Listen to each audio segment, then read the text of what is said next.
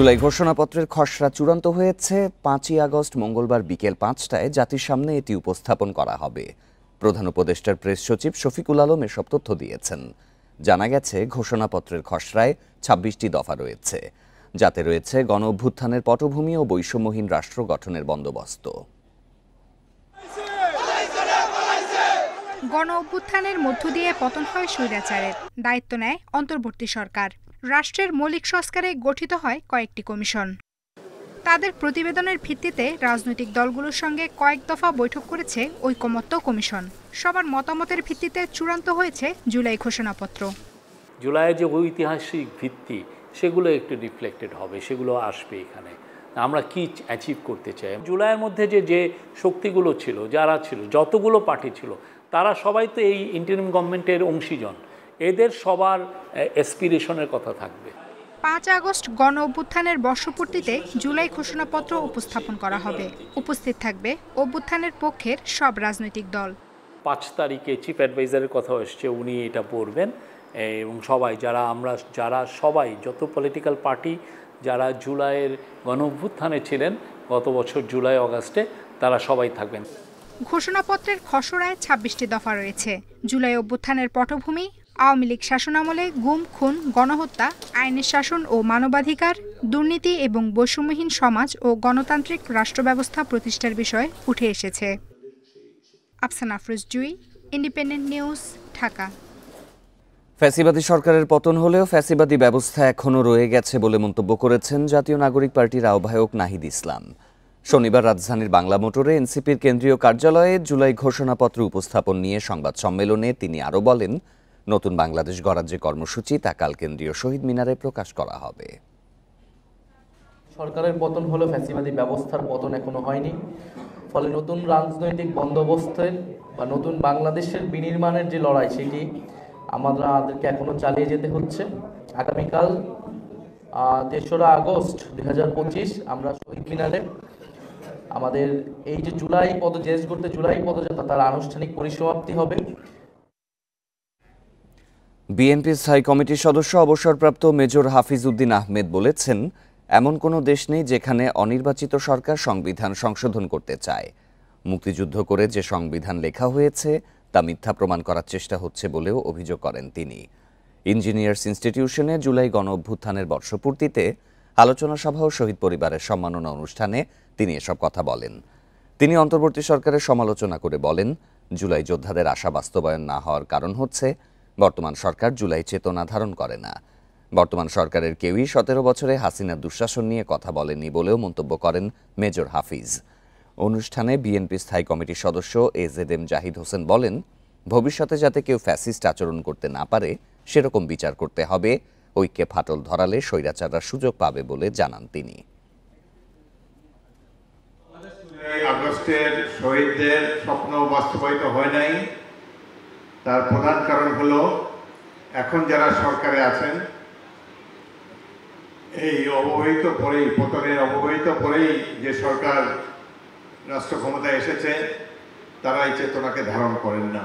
যাতে ভবিষ্যতে কেউ জনগণকে, সাধারণ মানুষকে, দেশের যারা মালিক অর্থাৎ এই দেশের জনগণ, তাদের প্রতি কোনো ধরনের অন্যায় আচরণ করা, দুঃসাহস না দেখায় আমাদের বিচারের মাত্রাটা এরকমই হতে হবে।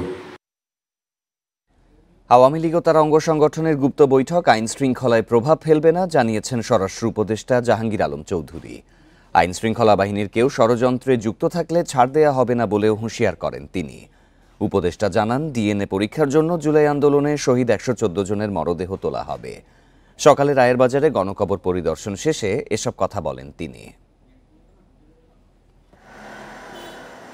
শনিবার সকালে রাজধানীর মোহাম্মদপুর থানা পরিদর্শনে যান স্বরাষ্ট্র উপদেষ্টা অবসরপ্রাপ্ত লেফটেন্যান্ট জেনারেল জাহাঙ্গীর আলম চৌধুরী। সাংবাদিকদের প্রশ্নের জবাবে উপদেষ্টা জানান, আওয়ামী লীগ ও অঙ্গ সংগঠনের বিভিন্ন গোপন বৈঠকের বিষয়ে সরকারের নজরে আছে। নাশকতার যে কোনো অপচেষ্টা শক্ত হাতে দমন করা হবে। পরিকল্পনা কি ছিল এটা তো ইনভেস্টিগেশনের পরে যেন জানা যাবে। যে বাহিনী যে জড়িত থাকবে কাউকেই ছাড় দেওয়া হবে না, সবারই আইনের আওতায় নিয়ে আসা হবে। আর যেহেতু আপনারা বললেন যে তাদের কার্যক্রম নিষিদ্ধ করা হয়েছে, এবং তারাও যদি কোনো রকমের অপকর্ম করতে চায় কোনো রকমের ছাড় পাবে না। থানা পরিদর্শন শেষে রায়ের বাজার বধ্যভূমিতে জুলাই আন্দোলনে শহীদদের গণকবরে যান জাহাঙ্গীর আলম। শ্রদ্ধা নিবেদন শেষে তিনি জানান, শহীদদের পরিচয় শনাক্তে কবর খুঁড়ে ডিএনএ নমুনা সংগ্রহ করা হবে। যারা উত্তরসূরি রেখে গেছেন তাদের ভিতরে একটা ছিল যে কেউ চাচ্ছিল এটা শনাক্ত করা হোক, কেউ চাচ্ছিল না। এখন তারা মোটামুটি নাকি রাজি হয়েছে। আমরা খুব তাড়াতাড়ি এদের শনাক্ত করে যারা তাদের বোর্ডে এখানে রাখতে চায় তারা এখানে রাখতে পারবে, আর যদি কেউ নিয়ে যেতে চায় ওটু নিয়ে যেতে পারবে। দেশের জন্য যে প্রাণ দিল তাদের কবরস্থান কন্ট্যাক্ট নেওয়ার পরেও যদি এরকম দুর্নীতি হয় তো দেশের কিভাবে চলবে? এভাবে জুলাই শহীদদের গণকবরে দাফন করায় জড়িতদের আইনের আওতায় আনা হবে বলেও জানান তিনি। Nahid Kamal, independent news, Dhaka. আগামী নির্বাচন দেশের ইতিহাসে সবচেয়ে সংঘাতপূর্ণ হবে বলে মন্তব্য করেছেন গণ অধিকার পরিষদের সভাপতি নুরুল হক নূর। দুপুরে রাজধানীতে এক আলোচনা সভায় এই মন্তব্য করেন তিনি। অন্তর্বর্তী সরকারের বিরুদ্ধে বৈষম্য সৃষ্টির অভিযোগ তুলেছেন নূর। তিনি আরও বলেন, আওয়ামী লীগ যেভাবে মুক্তিযুদ্ধের কৃতিত্ব পুরোটাই নিজেরা নিয়েছিল, বৈষম্য বিরোধী আন্দোলনও একই কাজ করছে। অনুষ্ঠানে প্রধান উপদেষ্টার বিশেষ সহকারী ফয়েজ আহমদ তৈয়ব বলেন, যেন তেন মানহীন বিচার করতে চায় না সরকার। ব্যাংক খাতে নতুন করে লুটপাট হচ্ছে না বলেও জানান তিনি। কিভাবে একটা আনবায়াস রিফর্ম, বিচার কিংবা একটা নির্বাচন পাবো? আমি ব্যক্তিগতভাবে খুব সন্দেহ সংশয় করছি, যদি খুব আর্লি ইলেকশন হয় তাহলে আগামীর নির্বাচন হবে বাংলাদেশের ইতিহাসে সবচেয়ে সংঘাতপূর্ণ নির্বাচন। মানবতা বিরোধী অপরাধ মামলায় শেখ হাসিনার বিরুদ্ধে কাল প্রথম সাক্ষ্য গ্রহণ হবে আন্তর্জাতিক অপরাধ ট্রাইব্যুনালে। একই সঙ্গে আনুষ্ঠানিক বিচার শুরু হওয়ায় তার বিরুদ্ধে সব অপরাধের অভিযোগ সম্বলিত সূচনা বক্তব্য তুলে ধরবেন চিফ প্রসিকিউটর, যা সরাসরি সম্প্রচার করা হবে বিটিভি সহ বিভিন্ন গণমাধ্যম ও সামাজিক যোগাযোগ মাধ্যমে। জুলাই আন্দোলন দমনে মানবতা বিরোধী অপরাধের সবচেয়ে গুরুত্বপূর্ণ মামলা এটি। এতে শেখ হাসিনার পাশাপাশি আসামি করা হয়েছে সাবেক স্বরাষ্ট্রমন্ত্রী আসাদুজ্জামান খান ও সাবেক আইজিপি চৌধুরী আব্দুল্লাল মামুনকে। তবে এর মধ্যে চৌধুরী মামুনকে রাজসাক্ষী হিসেবে গ্রহণ করেছে আদালত। মামলায় মোট ৮১ জন সাক্ষী থাকলেও গুরুত্বপূর্ণ ২৫ থেকে ৩০ জনকে ট্রাইব্যুনালে উপস্থাপন করা হবে। ২৮ জুলাই সাক্ষীদের জন্য সমন জারি করে ট্রাইব্যুনাল। প্রধান নির্দেশদাতা হিসেবে মারণাস্ত্র ব্যবহার করে হত্যার নির্দেশ, হত্যায় উস্কানি ও প্ররোচনা দেয়া, আবু সাইদ হত্যা, চানখারপুলে ৬ জনকে হত্যা ও আশুলিয়ায় মরদেহ পোড়ানোর মোট ৫টি সুনির্দিষ্ট অভিযোগ আনা হয়েছে শেখ হাসিনার বিরুদ্ধে। প্রথমে একটা ওপেনিং স্টেটমেন্ট হবে, যেটা চিফ প্রসিকিউটর বা ওনার অথরাইজড কোনো প্রসিকিউটর কেসটাকে ওপেন করবেন। মানে কি হবে প্রসিকিউশন কেসটা, এটা উনি বর্ণনা করবেন কোর্টের সামনে, আসামিরা শুনবেন, কোর্টরা শুনবেন। এটা ৩ তারিখে ধার্য হয়েছে। সাক্ষ্য গ্রহণের ক্ষেত্রে আসামি পক্ষকে আমরা একটা সাক্ষীর তালিকা দিয়েছি এবং ওই সাক্ষীরা ইনভেস্টিগেশন অফিসারের কাছে কি জবানবন্দি দিয়েছেন সেটাও দেওয়া। চট্টগ্রামে চাঁদা না পেয়ে ব্যবসায়ীর ঘরে ঢুকে এলোপাতাড়ি গুলি চালিয়েছে দুর্বৃত্তরা। এতে গুলিবিদ্ধ হয়ে হাসপাতালে চিকিৎসাধীন ব্যবসায়ী মোহাম্মদ ইউনুস। শুক্রবার মধ্যরাতে উত্তর মোহরা এলাকায় এই ঘটনা ঘটে। এ ঘটনায় এখনো কাউকে আটক করতে পারেনি পুলিশ। কয়েকদিন ধরে অজ্ঞাত ফোন নম্বর থেকে একটি চক্র ব্যবসায়ী মোহাম্মদ ইউনুসের কাছে চাঁদা দাবি করে আসছিল, কিন্তু তাদের চাঁদা দিতে রাজি হননি তিনি। এর মধ্যে শুক্রবার দিবাগত রাতে দুটি মোটরসাইকেলে আসা ৪ থেকে ৫ জনের একটি দল বাড়ির সামনে হামলা চালায় ইউনুসের উপর। মুখ, পা ও হাতে গুলি লাগে তার। গুলির শব্দে পুরো এলাকায় আতঙ্ক ছড়িয়ে পড়ে। বুকে লাগে নাই, আমরা ভয় লাগছিল, আমরা সবাই চিল্লাচিল্লি করে লোকজন বাইর হয়েছে, এরা বাইর হয়েছে, আমাদের এখান থেকে বাইর হয়েছে, তারপর ওরা চলে গেছে। রেজার ভাড়া খাটানোয় ব্যবসা করেন ইউনুস।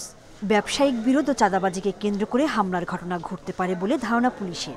হামলাকারীদের চিহ্নিত করার পাশাপাশি ধরতে চলছে অভিযান। প্রাথমিক আমরা ঘটনাস্থলে উপস্থিত হয়ে ভিকটিমকে উদ্ধার করে হাসপাতালে চিকিৎসার জন্য প্রেরণ করি এবং তার পরিবারের পক্ষ থেকে এজাহার দায়ের করার জন্য আমরা আলোচনা করতেছি। ঘটনার সহিত যারা জড়িত আছে প্রত্যেককে আমরা আইনের আওতায় নিয়ে আসবো এবং প্রত্যেককে আমরা গ্রেফতার করব। এরই মধ্যে ঘটনাস্থল পরিদর্শন করেছেন পুলিশের কর্মকর্তারা। নিশ্চিত করা হয়েছে ইউনুসের পরিবারের নিরাপত্তা। Independent news. টাঙ্গাইলে এক মাছ ব্যবসায়ীর কাছে ৫ লাখ টাকা চাঁদা দাবির অভিযোগে বিএনপির ৩ নেতা সহ ৫ জন গ্রেপ্তার। শনিবার ভোরে পৌর এলাকার সন্তোষ থেকে তাদেরকে আটক করে পুলিশ। গ্রেপ্তার ৩ নেতা হলেন শহর বিএনপির ৮ নম্বর ওয়ার্ডের সভাপতি গোলাম রাব্বানী, সাধারণ সম্পাদক শাহ আলম মিয়া, ৭ নম্বর ওয়ার্ডের সাধারণ সম্পাদক জুবায়ের হোসেন। পুলিশ জানায় গত বৃহস্পতিবার মাছ ব্যবসায়ী আজহারুল ইসলামের কাছে কিলার গ্যাংয়ের প্যাডে লেখা একটি চিঠি আসে। এতে ৩রা আগস্টের মধ্যে ৫ লাখ টাকা চাঁদা চাওয়া হয়, না দিলে ব্যবসায়ীকে হত্যার হুমকি দেয়া হয়। পরে চিঠিটি সামাজিক যোগাযোগ মাধ্যমে ছড়িয়ে পড়লে আতঙ্কিত হয় ব্যবসায়ীরা। তবে স্থানীয় বিএনপি নেতাদের দাবি, পরিকল্পিতভাবে তাদেরকে ফাঁসানো হয়েছে।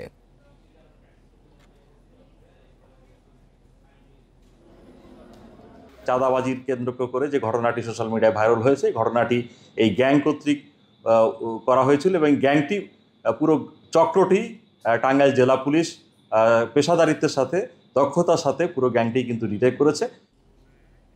যশোরের অভয়নগরে এক ব্যবসায়ীকে বুক পর্যন্ত বালিতে পুঁতে রেখে ৪ কোটি টাকা চাঁদা আদায়ের অভিযোগ উঠেছে বহিষ্কৃত এক বিএনপি নেতা ও স্থানীয় এক সাংবাদিকের বিরুদ্ধে।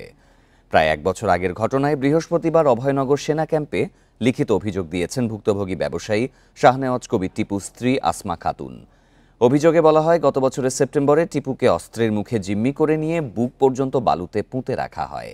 এ সময় ব্যাংকের মাধ্যমে ২ দফায় ৪ কোটি টাকা চাঁদা নেন অভয়নগরের বহিষ্কৃত বিএনপি নেতা আসাদুজ্জামান জনি ও নওয়াপাড়া প্রেস ক্লাবের সাধারণ সম্পাদক মফিজুর রহমান দপ্তরি। এ ঘটনায় অভিযুক্তদের গ্রেপ্তারে যৌথভাবে এরই মধ্যে অভিযান শুরু করেছে বলে জানিয়েছে পুলিশ। নতুন মার্কিন শুল্ক হার আপাতত স্বস্তি হলেও আত্মতুষ্টির সুযোগ নেই বলে জানিয়েছেন তৈরি পোশাক রপ্তানিকারকদের সংগঠন বিজিএমইর সভাপতি মাহমুদ হাসান খান। শনিবার রাজধানীর উত্তরায় সংগঠনটির কার্যালয়ে সংবাদ সম্মেলনে এ কথা বলেন তিনি। শুল্কের পর প্রাথমিকভাবে রপ্তানি আদেশ কম হলেও দীর্ঘমেয়াদী সুফল পাওয়া যাবে বলেও জানান তিনি। শুক্রবার বাংলাদেশের জন্য ২০% পাল্টা শুল্ক নির্ধারণ করে মার্কিন যুক্তরাষ্ট্র। এ নিয়ে সংবাদ সম্মেলনের আয়োজন করে তৈরি পোশাক রপ্তানিকারকদের সংগঠন বিজিএমইএ। পোশাক খাতে এ শুল্কের প্রভাব নিয়ে মতামত তুলে ধরেন সংগঠনের সভাপতি। বলেন, নতুন শুল্কে উৎপাদন খরচ বাড়বে, বিদেশি ক্রেতারা আপাতত কম অর্ডার দিচ্ছে। ১ মৌসুম পর আশা করি সব ঠিক হবে। চীন ভারতে শুল্ক বেশি হওয়ায় অনেক অর্ডার বাংলাদেশে আসবে। দীর্ঘমেয়াদে তা দেশের রপ্তানি বাণিজ্যের জন্য ইতিবাচক হবে। তবে টেকসই সুফল পেতে নিজেদের প্রতিযোগিতা সক্ষমতা বৃদ্ধি করতে হবে। রপ্তানি বৈচিত্র্যকরণের বিকল্প নেই।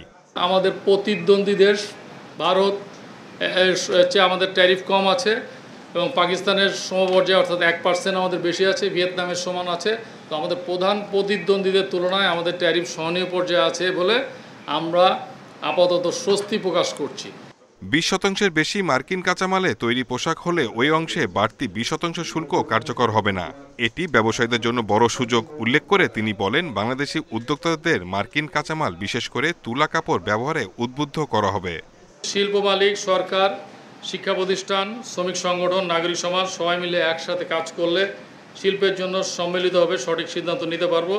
তাহলে এই শুল্ক প্রতিবন্ধকতা না হয়ে নতুন সুযোগের সম্ভাবনার দ্বার খুলে দিতে পারবে। শুল্ক নিয়ে এখনও আলোচনার সুযোগ আছে। অন্য প্রতিযোগী দেশের তুলনায় শুল্ক যেন আরও কমানো যায়, সেজন্য সরকারি সহযোগিতার আহ্বান জানান বিজিএমইএ সভাপতি। Shahid Ahmed, independent news, Dhaka. গেল অর্থবছরে কমেছে পণ্য আমদানির ব্যয়। এ সময় সবচেয়ে বেশি কমেছে মূলধনী যন্ত্রপাতির আমদানি, যা 5 বছরের মধ্যে সর্বনিম্ন। ব্যবসায়ীরা বলছেন, রাজনৈতিক অনিশ্চয়তায় নতুন বিনিয়োগ না হওয়ায় তৈরি হয়েছে এমন পরিস্থিতি। এছাড়া ঋণের উচ্চ সুদ দিয়ে নতুন ব্যবসা করা কঠিন বলে মনে করছেন তারা। গেল অর্থবছরে ডলার সংকটে কমেছে পণ্য আমদানি, স্থবিরতা চলছে দেশি বিদেশি বিনিয়োগেও। বাংলাদেশ ব্যাংক বলছে, শুধুমাত্র মূলধনী যন্ত্রপাতি আমদানিতে এলসি খোলার হার কমেছে 25% বেশি, যা গত 5 বছরের মধ্যে সর্বনিম্ন। মধ্যবর্তী পণ্য আমদানিও কমেছে 8% বেশি। মানে কমোডিটি এলসি কিন্তু কমেনি, ইম্পোর্ট কিন্তু, এবং বাজারে কোনো পণ্যের কোনো ঘাটতি নেই, কিন্তু শিল্প খাতে বিনিয়োগ কিছুটা স্থবির থাকার কারণে এই মুহূর্তে কম। বছর শেষে আশা করি এটা অনেক বাড়বে। এদিকে জুনে এলসি খোলা হয়েছে 414 কোটি ডলারের, গত বছরের তুলনায় যা প্রায় 25% কম। উদ্যোক্তারা বলছেন, বিনিয়োগ স্থবিরতায় উৎপাদন নিম্নমুখী। রাজনৈতিক স্থিতিশীলতা না থাকায় শঙ্কা এখনো কাটেনি। এক্সচেঞ্জ রেটটা, এটাও কিন্তু একটা বড় এফেক্ট। এই সবগুলো এফেক্ট, যে এফেক্টগুলোর যে চেইন এফেক্ট যেটা আসছে, সেটা হচ্ছে মার্কেট কনফিডেন্স। রাজনৈতিক অস্থিরতা একটা বড় কাজ হয়েছে। আমরা যারা ইনভেস্টার্স আমরা সবসময় চিন্তা করি এই দেশে অস্থিরতা যাতে না থাকে, কোনো রাজনৈতিক কোনো রকম সমস্যা যাতে না থাকে। যদি না থাকে তাহলে আমাদের জন্য সুবিধা যে আমরা ইনভেস্ট করতে পারি। ডলারের ক্রাইসিসের কারণে এলসিগুলো আমরা ঠিকমতো খুলতে পারিনি এক সময়, তো সেই কারণে প্রথম থেকে বাধাপ্রাপ্ত হচ্ছে। এখনও সেটা সংকট তো পুরোপুরি যায় নাই। অর্থনীতিবিদরা বলছেন এই ধারা চলতে থাকলে কর্মসংস্থান কমবে, ব্যবসায় বাণিজ্যের পরিধি সংকুচিত হবে, নতুন বিনিয়োগ না এলে সরকারের প্রবৃদ্ধি অর্জনের লক্ষ্যমাত্রাও অনিশ্চয়তায় পড়বে। Tarek Hossain, independent news, Dhaka. কক্সবাজারের রামু রশিদনগর এলাকায় ট্রেনের ধাক্কায় অটোরিকশার 4 যাত্রীসহ 5 জন নিহত হয়েছে। শনিবার বেলা 1:30টার দিকে ঢাকাগামী কক্সবাজার এক্সপ্রেসের ধাক্কায় এই দুর্ঘটনা ঘটে। নিহত 2 নারী ও 2 শিশু একই পরিবারের। দুর্ঘটনার পর কক্সবাজারগামী আরেকটি ট্রেন আটকে রাখে বিক্ষুব্ধ জনতা। পরে পুলিশ ও সেনাবাহিনী পরিস্থিতি নিয়ন্ত্রণে আনে। কক্সবাজার থেকে ছেড়ে আসা কক্সবাজার এক্সপ্রেস ট্রেনটি ধুলিরছড়া রেল ক্রসিং এলাকায় পৌঁছায় শনিবার দুপুর 1:30টায়। এ সময় ভারোয়াখালী থেকে রামুমুখী একটি যাত্রীবাহী অটোরিকশা রেল ক্রসিং অতিক্রম করছিল। অটোরিকশায় 2 শিশু সন্তান নিয়ে শ্বশুরবাড়ি ফিরছিলেন রামুর কালীরছড়া গ্রামের রেনুয়ারা ও তার ছোট বোন আসমা। ট্রেনের ধাক্কায় অটোরিকশাটি ছিটকে পড়লে ঘটনাস্থলেই নিহত হন তারা। দুর্ঘটনার পর স্বজনদের আর্তনাতে ভারী হয়ে ওঠে পুরো এলাকা। বারবার অ্যাক্সিডেন্ট, আর কিছুদিন আগে ইন্দি মাসওয়ালি রোডও তো অ্যাক্সিডেন্ট, এভাবে আরো 2-1 অ্যাক্সিডেন্ট আইফোন। আমরা চাই সমাধান, চাই এখানে গ্যাস চাই, গ্যানম্যান চাই। কক্সবাজার এক্সপ্রেস ট্রেনটি গন্তব্যে চলে গেলেও চট্টগ্রাম হতে কক্সবাজারগামী সৈকত এক্সপ্রেস দুর্ঘটনাস্থলে আটকে রাখে বিক্ষুব্ধ জনতা। পরিস্থিতি নিয়ন্ত্রণে ঘটনাস্থলে যায় পুলিশ, বিজিবি, র্যাব ও সেনা সদস্যরা। এলাকাবাসীর সাথে আলোচনা ও ক্রসিংয়ে গেটম্যান নিয়োগের আশ্বাসে 4:30টার দিকে ছেড়ে দেয়া হয় ট্রেনটি। ঊর্ধ্বতন কর্তৃপক্ষের সাথে আমরা আলাপ করে এইখানের যে সিকিউরিটি, যে গেট করা দরকার ট্রেন চলাচলের জন্য, মানুষের যাতায়াতের জন্য, সেই ব্যবস্থা আশ্বাসে তারা এই উত্তেজিত জনতা এখান থেকে আমাদেরকে সহযোগিতা করেছে। দুর্ঘটনা তদন্তে 3 সদস্যের কমিটি করেছে রেলওয়ে পূর্বাঞ্চল। আলমগীর সবুজ, ইন্ডিপেন্ডেন্ট নিউজ, চট্টগ্রাম। এবার খেলার খবর জানিয়ে দিচ্ছি শিরোনাম। এএফসি অনূর্ধ্ব-20 এশিয়ান কাপ বাছাই খেলতে লাওস গেল বাংলাদেশ নারী দল, এশিয়ার শ্রেষ্ঠত্ব অর্জনের লক্ষ্য।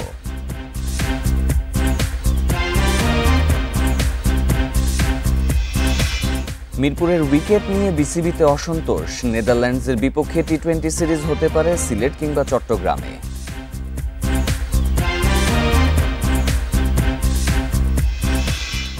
এএফসি অনূর্ধ্ব-20 এশিয়ান কাপ বাছাই পর্ব খেলতে লাওস গিয়েছে নারী ফুটবল দল। আসরে ভালো করতে প্রত্যয়ী আফিদা তৃষ্ণারা।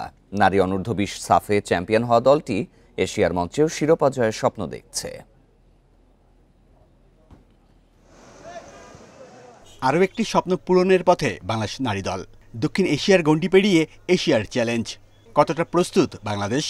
তৃষ্ণা আফিদারা পারবেন নিজেদের উপস্থিতি জানান দিতে? হচ্ছে নর্থ কোরিয়ার সাথে খেলা আছে, চায়নার সাথে খেলা আছে, তো আমরা যদি বয়স ভিত্তিকে যদি হচ্ছে সাউথ কোরিয়া টিমের সাথে খেলতে পারি তাহলে আমরা বুঝতে পারবো যে হচ্ছে ওরা কোন ধাঁচের খেলে। ওখানে যাওয়ার পরে আমাদেরকে নির্দেশনা দিবে যে হচ্ছে এই টিমগুলোর সাথে আমরা কীভাবে খেলবো। গ্রুপের সেরা 8 দল সরাসরি খেলবে মূল পর্বে। সুযোগ আছে রানার্স আপ হয়ে মূল পর্বে যাওয়ার। সে লক্ষ্যে লাওসের বিপক্ষে প্রথম ম্যাচকেই সবচেয়ে গুরুত্ব দিচ্ছে টিম ম্যানেজমেন্ট। মায়ানমারে গিয়ে হচ্ছে র্যাঙ্কিং কোনো বিষয় না, সেটা প্রমাণ করছি। তারপরে জর্ডানেও আমরা সেই প্রমাণটা করছি। ইনশাল্লাহ এবারও আমরা চেষ্টা করব। 8ই আগস্ট পূর্ব তিমুর, 10ই আগস্ট গ্রুপের শেষ ম্যাচ দক্ষিণ কোরিয়ার মুখোমুখি হবে বাংলাদেশ। Shamim Ahmed, independent news. অতীত থেকে শিক্ষা নিয়ে লিটনের নতুন দলকে ভালো উইকেটে বেশি ম্যাচ খেলার সুযোগ করে দিতে চায় বিসিবি। আকরাম খান জানালেন নেদারল্যান্ড সিরিজ হতে পারে ঢাকার বাইরে। অন্যদিকে একাডেমির গ্রিন হাউস ঠিক করতে ব্যবস্থা নেওয়া হয়েছে। আর বরিশালের সংকট সমাধানে কঠোর হয়েছে বিসিবি, জানিয়েছেন এই বোর্ড পরিচালক। টানা 2 সিরিজ জিতে নতুন কম্বিনেশন খুঁজে পাওয়া গেছে। বিসিবি কর্তারাও হয়েছেন আশাবাদী। তবে মিরপুরের উইকেটে এশিয়া কাপের প্রস্তুতি নিতে সাহস পাচ্ছে না। ভালো উইকেটে নেদারল্যান্ডসের বিপক্ষে সিরিজ আয়োজনের পরিকল্পনা করছে বিসিবি। সিরিজটা খেলেছি, সেখানে উইকেট এরকম ভালো ছিল না, হয়তো বা ওয়েদার এবং সময়ের জন্য। তো সেটা নিয়ে আমরা ডিসকাস করেছি এবং সামনে আমাদের আয়ারল্যান্ডের একটা সম্ভাবনা আছে, বাকি যেগুলো আছে সেখানে যদি এই ধরনের সিচুয়েশন হয় তাহলে আমরা ঢাকার বাইরেও ভালো উইকেট আছে যেখানে বেশি রান হয়, সেখানে আমরা প্ল্যান করেছি, চিন্তা ভাবনা করেছি ওখানেও আমরা খেলাতে পারি। জাতীয় ক্রিকেট লিগে বরিশাল বিভাগকে নিয়ে অস্বস্তিতে আছে কর্তারা। গেল কয়েক বছর ধরে চলছে অনিয়ম ও দ্বন্দ্ব। সংকট সমাধানে কঠোর সিদ্ধান্ত নিতে যাচ্ছে। কোচের দায়িত্ব দেওয়া হয়েছে মোহাম্মদ আশরাফুলকে। পরিবর্তন আসতে যাচ্ছে আরও। অন্য কোনো ডিভিশনে ওই ধরনের কোনো কথাবার্তা হয় না।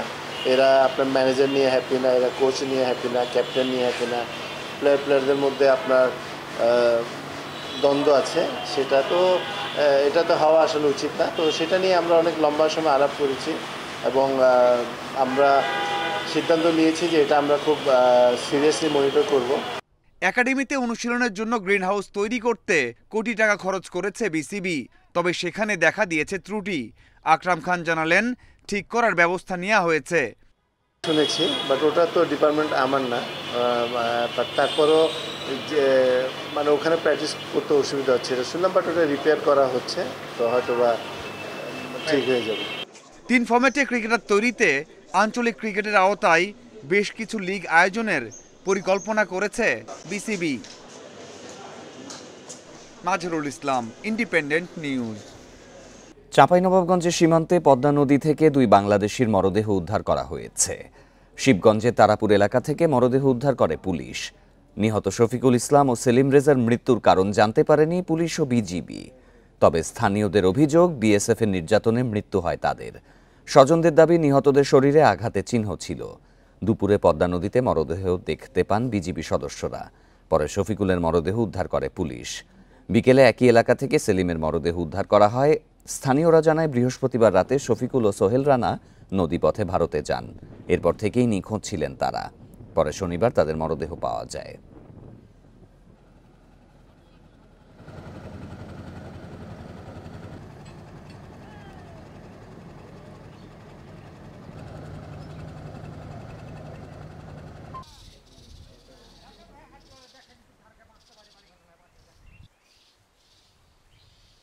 সাড়ে 9টা 10টার দিকে খবরটা পেয়েছি যে ও নিখোঁজ আছে এরকম। তার আগেও আমি খবর পাইনি, মানে আমি সকালে উঠে চলে গেলাম এক জায়গায়, ওখান থেকে আসছি, বাড়ি আসার সময় শুনলাম যে এই ঘটনা, তোমাদের শফিককে পাচ্ছে না। বর্তমান সরকার দেশকে গৃহযুদ্ধের দিকে ঠেলে দিচ্ছে বলে মন্তব্য করেছেন জাতীয় পার্টির মহাসচিব শামীম হায়দার পাটোয়ারি। শনিবার বিকেলে রাজধানীর কাকরাইলে দলের কেন্দ্রীয় কার্যালয়ের সামনে বিক্ষোভ সমাবেশে এই মন্তব্য করেন তিনি। সমাবেশে নেতারা অভিযোগ করেন, মিথ্যা মামলা ও মব সৃষ্টি করে জাতীয় পার্টির চেয়ারম্যান জিএম কাদের সহ নেতাকর্মীদের ওপর হামলা করা হচ্ছে। দলটির মহাসচিব বলেন, সরকার দেশে আইনের শাসন বাদ দিয়ে মবের শাসন তৈরি করেছে। এর আগে সমাবেশের জন্য রাজধানী সহ বিভিন্ন এলাকা থেকে কেন্দ্রীয় কার্যালয়ের সামনে জড়ো হলে পুলিশি বাধায় পড়ে নেতাকর্মীরা। তবে কিছুক্ষণ পরই পরিস্থিতি শান্ত হয়। সমাবেশ শেষে বিক্ষোভ মিছিল করে জাপা নেতাকর্মীরা।